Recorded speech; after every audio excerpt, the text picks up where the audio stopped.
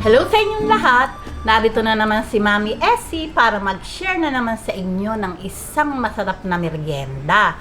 Simpleng-simple lang po ito pero masustansya ang kamote maruya.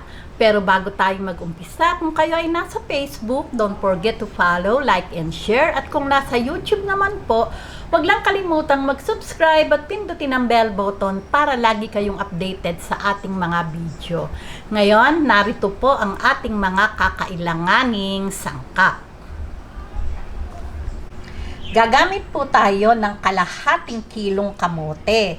Tinalupang ko po at hiniwa ko lang po ito ng pahaba. Ayan, ganyan lang pong kaninipis yung gagawin nating hiwa.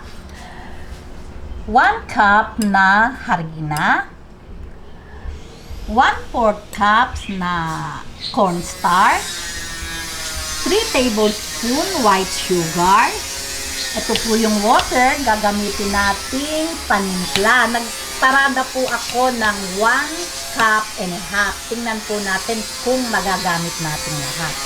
Ngayon, umpisahan na po natin yung pagtitimpla ng harina.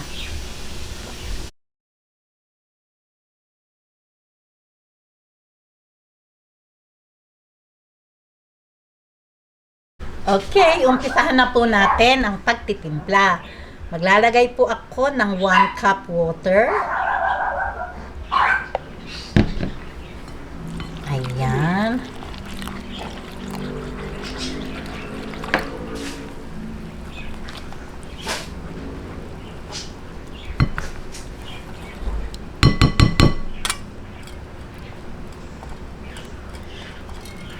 Okay, haluin lang po natin hanggang sa mag-mix lahat at mawala po yung buo-buo.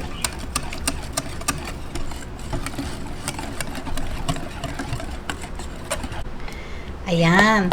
Ngayon po, okay na po ito. Mix na po at wala na ding buo-buo. Lalagay na po natin tong ating hiniwa na kamote.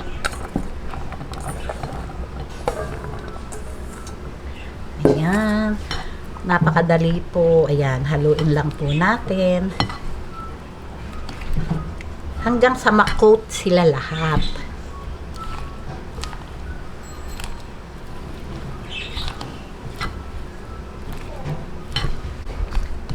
Ayan. Di po ba? Ganyan lang pong kasimple ang ating kamote maruya. Ngayon po, umpisahan na po natin yung pagpiprito. Ayan.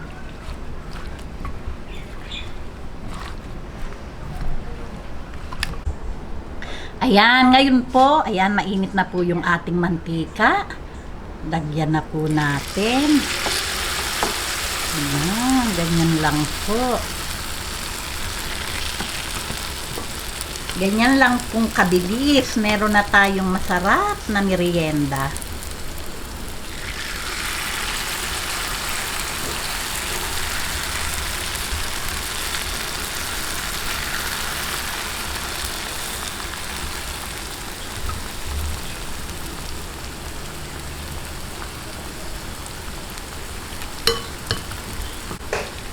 Ayan.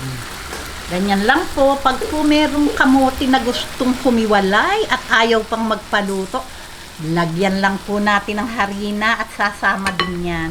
Okay, ngayon po, hintayin lang po nating mag-light brown yung kabilang side at atin naman pong babaliktarin.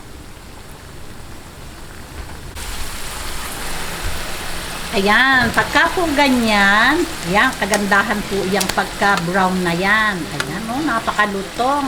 Atin na pong babaliktarin. Tapos, yung kabilang side, kailangan po ganyan din.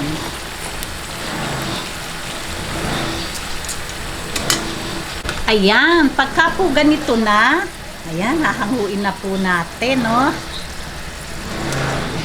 Ay, sorry. Ayan, di po ba? Simpleng-simple lang po, pero masarap na merienda.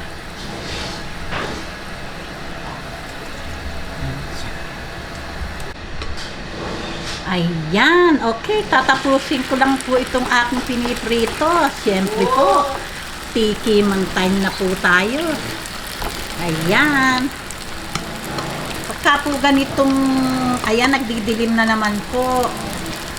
Eh, masarap naman po itong ganitong merienda.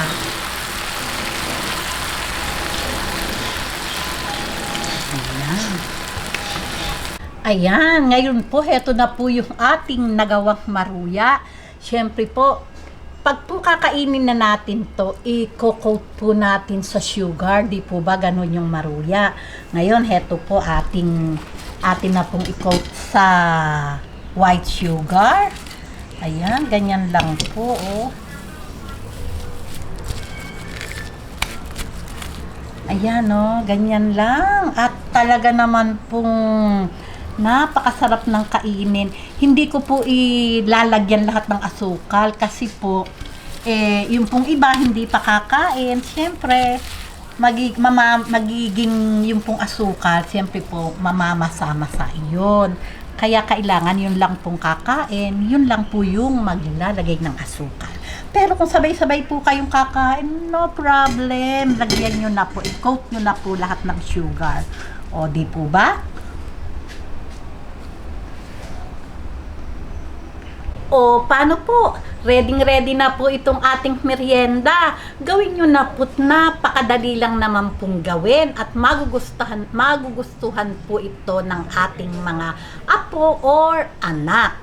O, kung nagustuhan nyo ang video na to, huwag lang kalimutang mag-likes and don't forget to share and subscribe. Babush!